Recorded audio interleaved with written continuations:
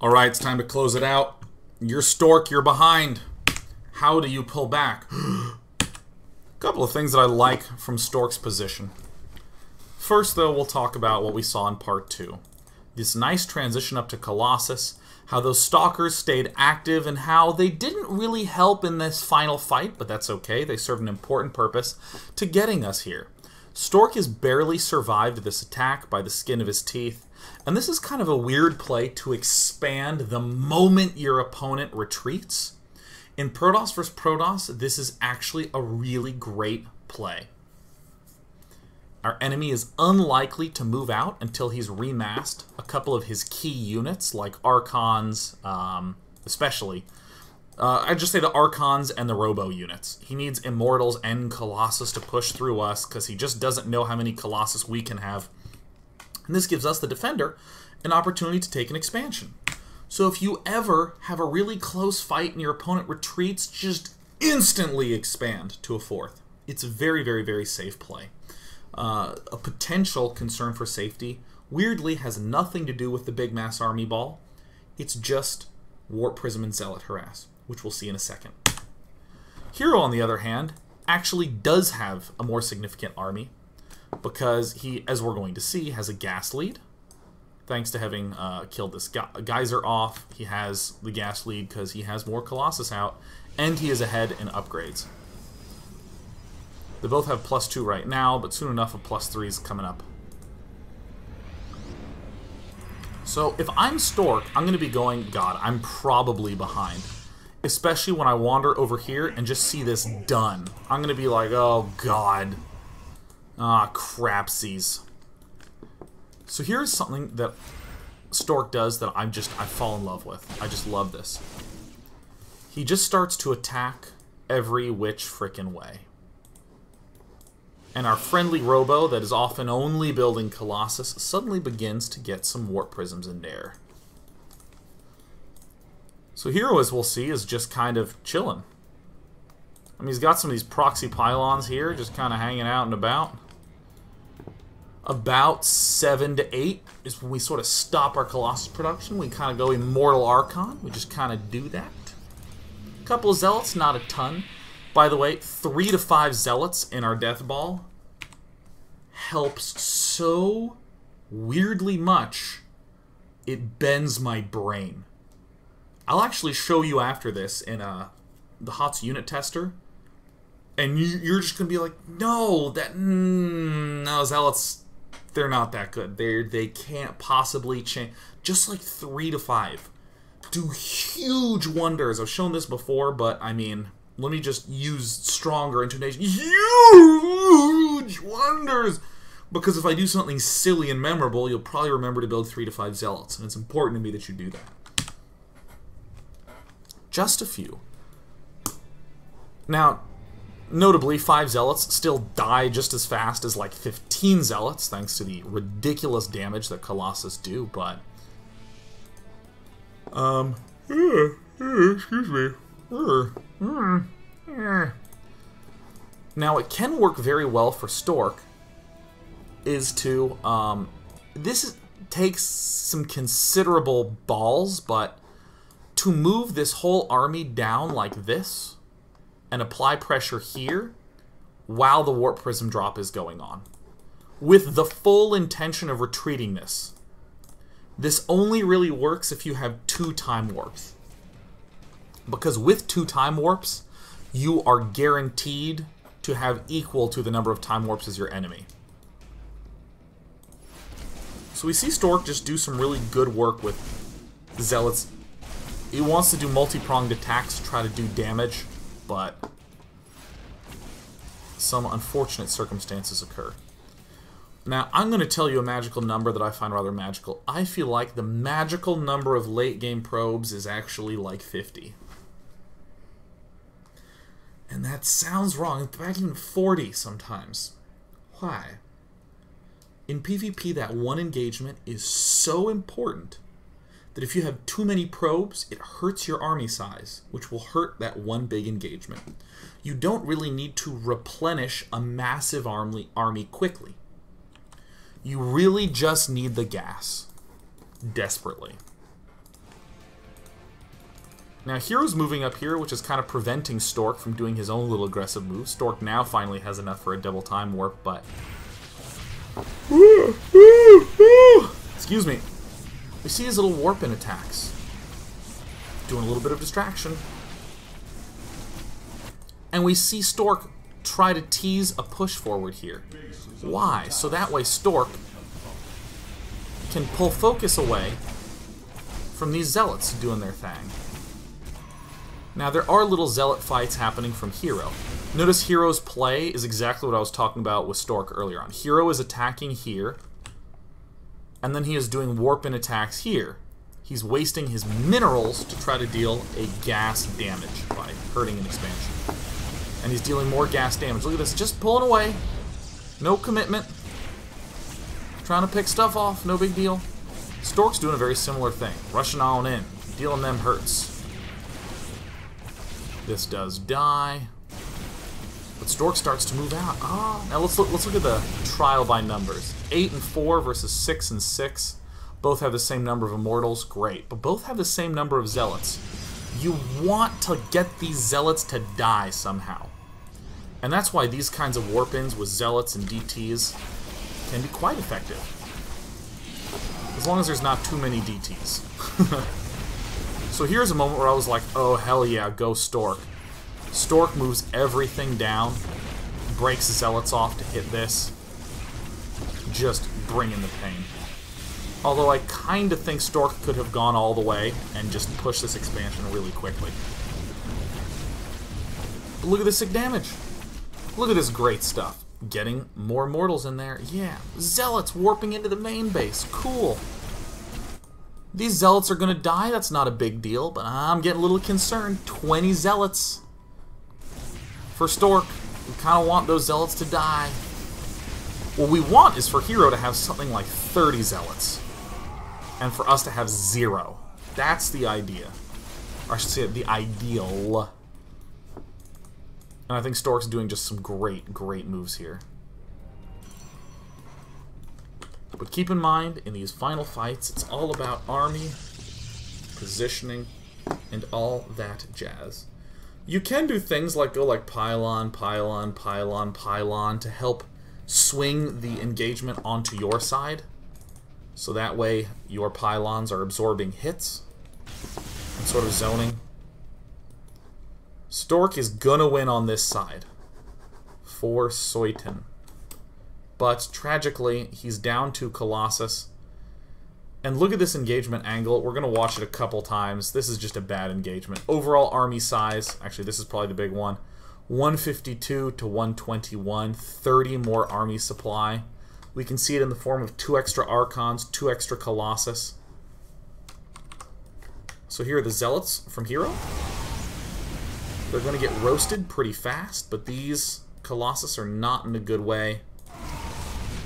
The Archons. Oh my god, the Archons. Just takes one good engagement. That's it.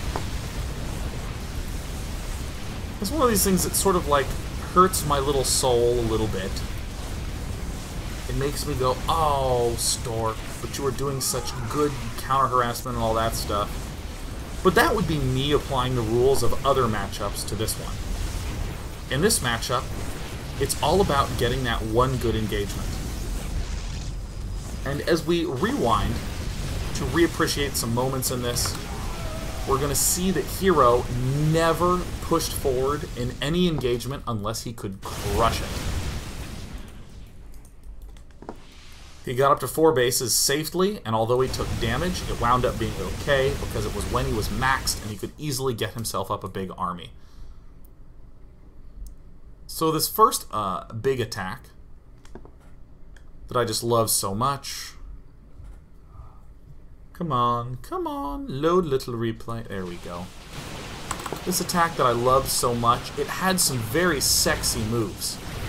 This play was very sexy, but remember, if herO's doing this because he has 5 gateways, so he's nearly confident that he has more than his enemy.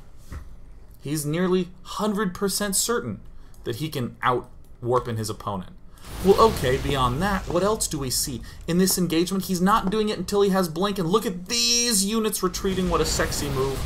Sitting outside of the range of anything, so he can blink, and then these can comfortably escort everything back home.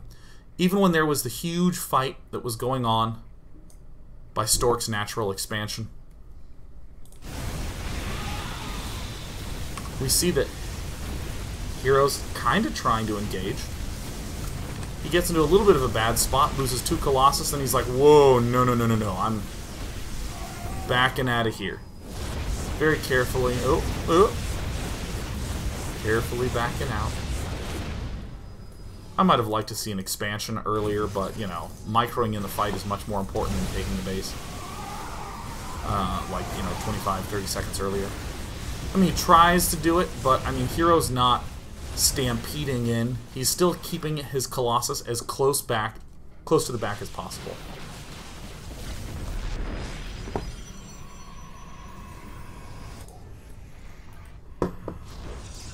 Look at that, so good. In fact, only in the really big final fight did he blast through. I love this. This is the only fight where we really saw like some serious walkthrough. So yeah. I want to show just one last thing as I go into the... Oh, wait, that's right, I have to relog into BattleNet. I want to show this this little cool instance of the HOTS unit tester being very valuable. Like, superly valuable. Let me just give a general word of advice for using the unit tester. Oh, what's my password? Is that my password? Nice. A general word of advice is to make a composition that you see used a lot versus, you know, another composition you see used a lot, and then fiddle with it in little ways. Add an upgrade and then go attack. Remove an upgrade and then go attack. Add in a few more lings and then attack. Remove a few lings and then attack. You don't want to just go in there and be like, I wonder if Tempest can beat single-player queens. It's much more useful to, or actually, a better one is, instead of going like, how do queens fare against tempests? I mean, that's, you don't want to just know a lot of weird random stuff. Get some benchmarks. So what I'm going to look at is this HOTS unit tester. And then this is HOTS unit tester online. Create game.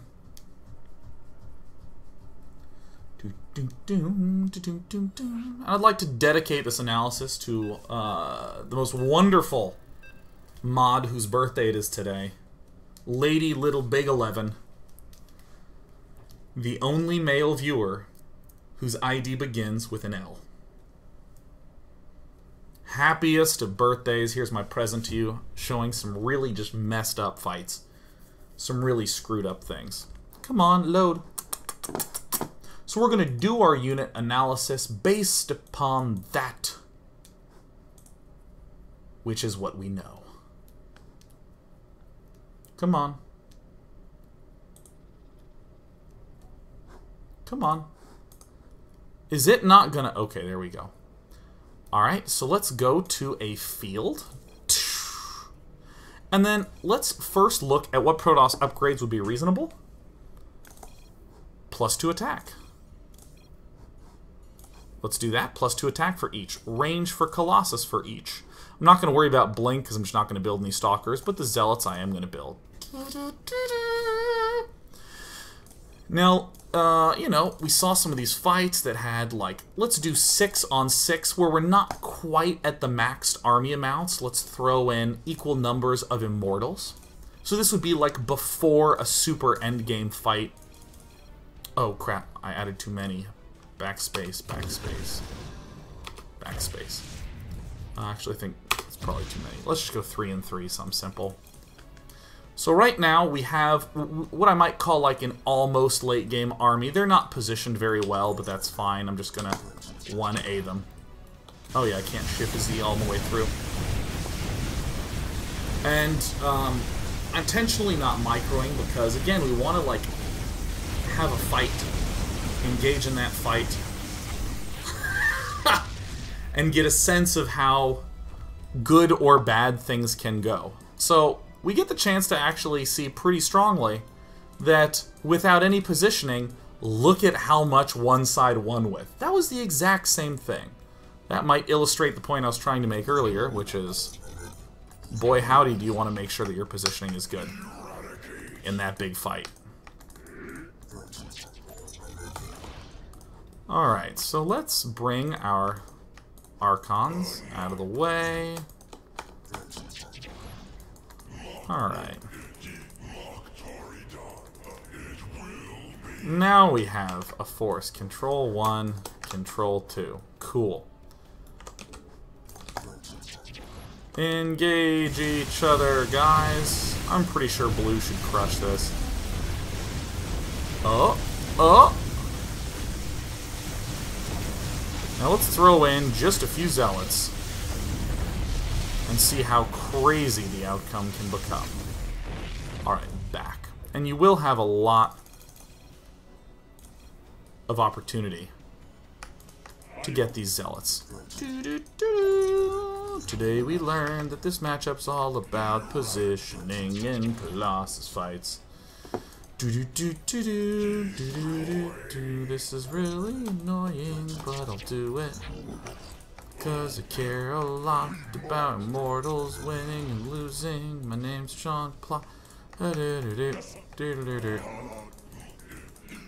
think that's vaguely a concave versus another concave. Alright. Alright, Control 1. Control 2, you guys are in the worst spots. Let's make sure that there's a reasonable amount of cluster, as would be in the case in a fight. 1A, 2A. These zealots do like a surprising amount of impact in these fights. Like a shockingly, stunningly surprising amount. This is going to be really hard to iterate through every single time, just due to the fact that I have to reposition, but hell, let's just do some 1A fights. I mean, just the 1 or 2, occasionally 3 volleys of shots that those zealots absorb just are huge, frickin' huge. I mean, if you can spend 500 minerals to wind up at the end of a fight with 5 colossus,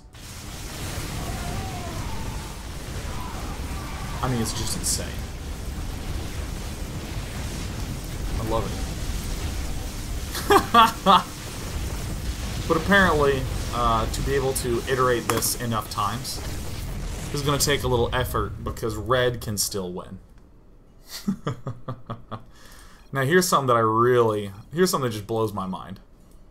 Here's the weirdest thing ever. I don't get this. I don't understand it at all. Let me reset this guy to level 1 attack. I think I've showed this before.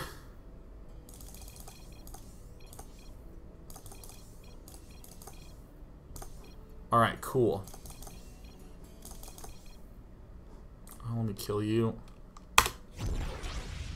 So, were these the numbers? I think it was something like this, where, like, I was trying to show how ridiculously powerful, like, Immortal Archon is. And, like, I think it was something like very close to these numbers, the Immortal Archons get crushed. Like, just get slain every time. And if you add in, like, 3 zealots, they crush in return. Oh, whoops. Something I'm messing up here. Protoss should not have charge.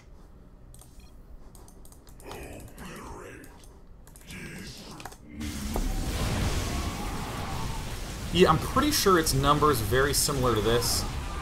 I'll leave the micro a little. Hey, look, I'm fancy. Yeah, the Immortal Archon gets crushed. And when you, like, throw in 3 Speed Zealots, they just decimate. So here we go. 1, 2, 3. That's it. That's all I'm adding in.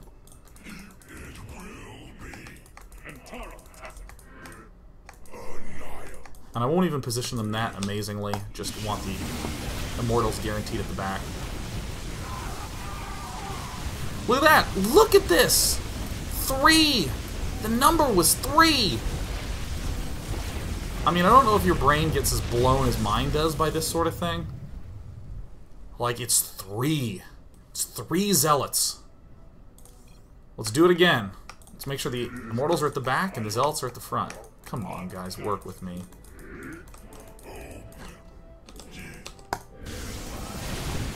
And the answer is 3. Like, is this blow your mind as much as it blows my mind? Like, I've done this test so many times.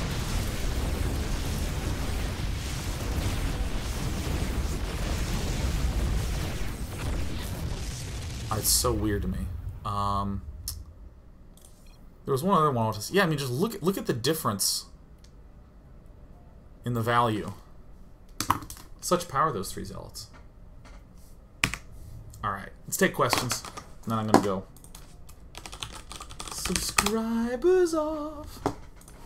Subscribers off. Fruit of the Demon says, are you the only one who control clicks? I never double click on units. I always control click. Except maybe when I'm doing the daily and I need to like wave my hand around and stuff.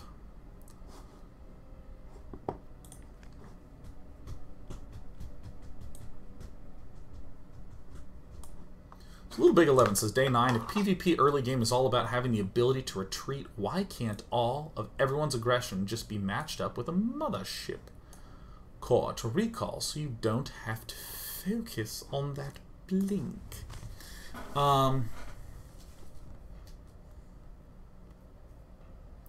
It's not, how do I want to say that? That's a great question, Little Big 11, and happy birthday to you for asking it.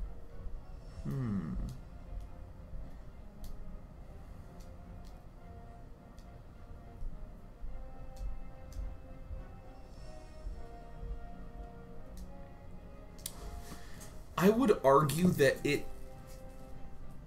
that's definitely a tool that can be used.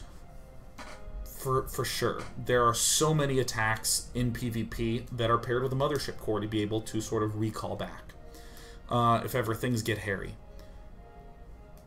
Blink is also a tool that can retreat and can be used to pull back. So the point of this show was not necessarily, or the point of that Blink Stalker discussion was not to say the only way to safely retreat is to make sure you have Blink. It was to show how comfortable and how safe Blink is with that always being able to retreat as an option. It also can deal with an Oracle well, can deal with most early aggression well, can even deal with some robotics facility plays well. There's the strategy portion of it, which is like how do Blink Stalkers do against all the things, and then there's just the thinking like a careful person. And great. Here's a rule I'm now going to plan for myself in PvP. I'm always going to make sure that I have a clean way to retreat in any of my strategies to play carefully and push it to the next step. So, for sure, there could be strategies that work with a lot of recalling.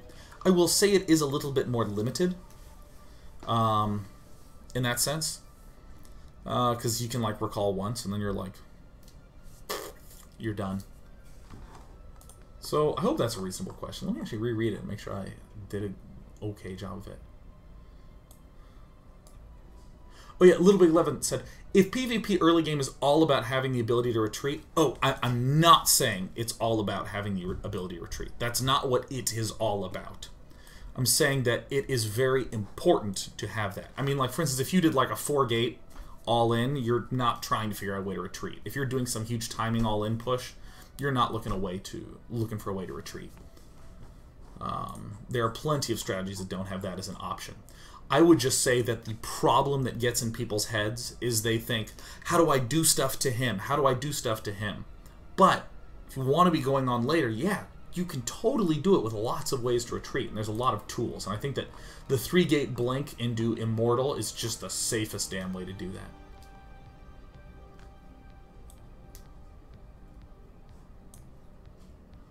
Oh my god, we got Solid Snake in the chat. Salut, Solid! Bonjour. It was a pleasure playing you yesterday. I don't even remember if I won or I lost. I just remembered saying Solid Snake. Oh, it was awesome. Whatever the case may be. Snake! Jouer l'action button. Le button d'action. I don't know how you say it.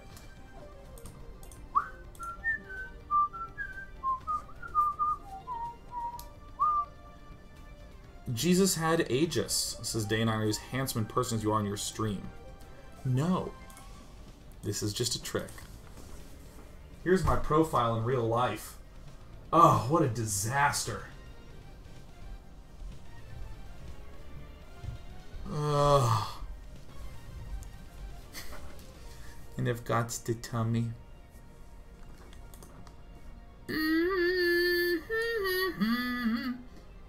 Oh, easiest question from Cheech is back. Do you think Blizzard will make another RTS game after the next HOTS expansion? If so, do you think they would make Warcraft 4 or StarCraft 3? Let's not talk about if I think they will. That's a useless question. I don't know if anyone would ever give a reasonable answer to that. But what they should make is Warcraft 4. Let's just make that clear now.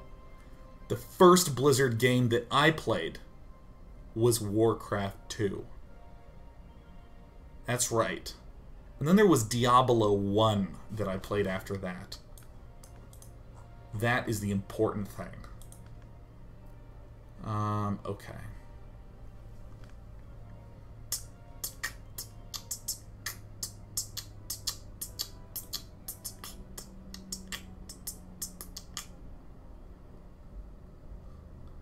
Spyro SC2 asks a question that is in such bad English I can't understand it.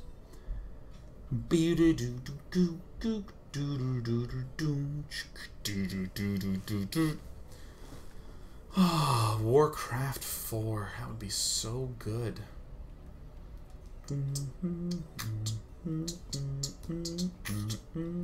Day9, are you doing more Spell Slingers? Yeah, filming it at the start of March.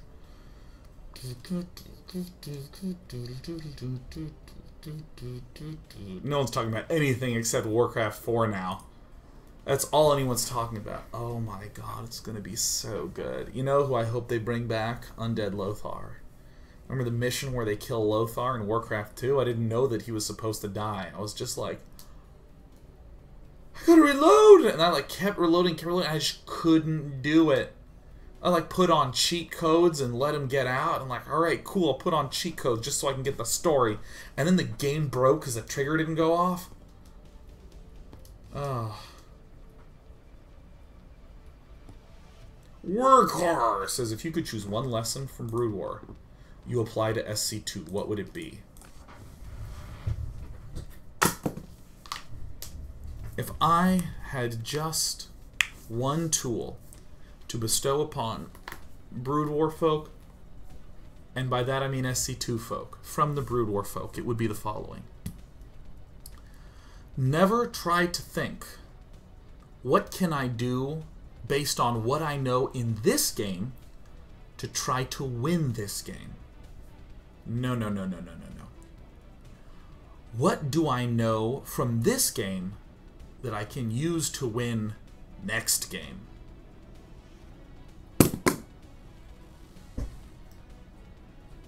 In-game, focus on execution. Outside of the game, focused on your planning and your improvement. Do not try to learn in-game what you can do to win this game. Use what you know in-game to try to win next game. Well, and I mean, that kind of fundamentally is how timing works.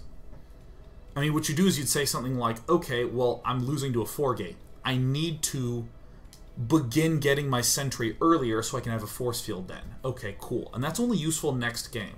If you see a 4-gate coming, the solution is not to be like, well, I guess I get cannons now. I get it. No, you want to make sure that you have a consistent win play against it. Alright, I'm done. Bye, guys. Woo! See you tomorrow, bright and early, 10 a.m. You and me will play then.